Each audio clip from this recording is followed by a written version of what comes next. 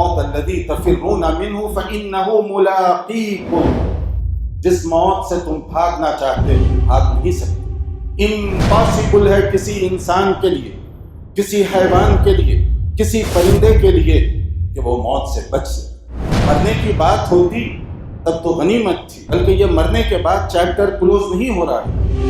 ثم تردون الى عالم الغیب والشہادہ فینبئکم بما کنتم تعملون، پھر اس کے بعد ایک ایسی ذات کی طرف تمہیں لوٹ کر جانا ہے جو تمہارے ماضی حال اور تمام چیزوں سے باخبر ہے۔ وہ علیم بذات الصدور کی طرف تمہیں لوٹ کر جانا ہے، وہ عالم الغیب کے سامنے تمہیں کھڑے ہونا ہے تاکہ تم اپنے اعمال کا حساب و کتاب وہاں پر پیش کر سکو۔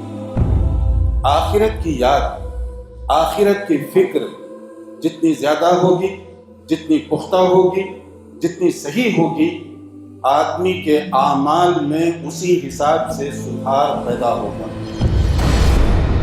میں کوئی بھی کام کروں، اگر مجھے یقین ہو کہ جو کام میں کر رہا ہوں اس کا مجھے ایک دن حساب و کتاب دینا ہے، میرا عمل، میرا ایکشن مجھے جنت کا مستحق بھی بنا سکتا ہے، جہنم میں بھی لے جا سکتا ہے، تو آدمی بولنے سے پہلے سوچے گا، کرنے سے پہلے سوچے گا۔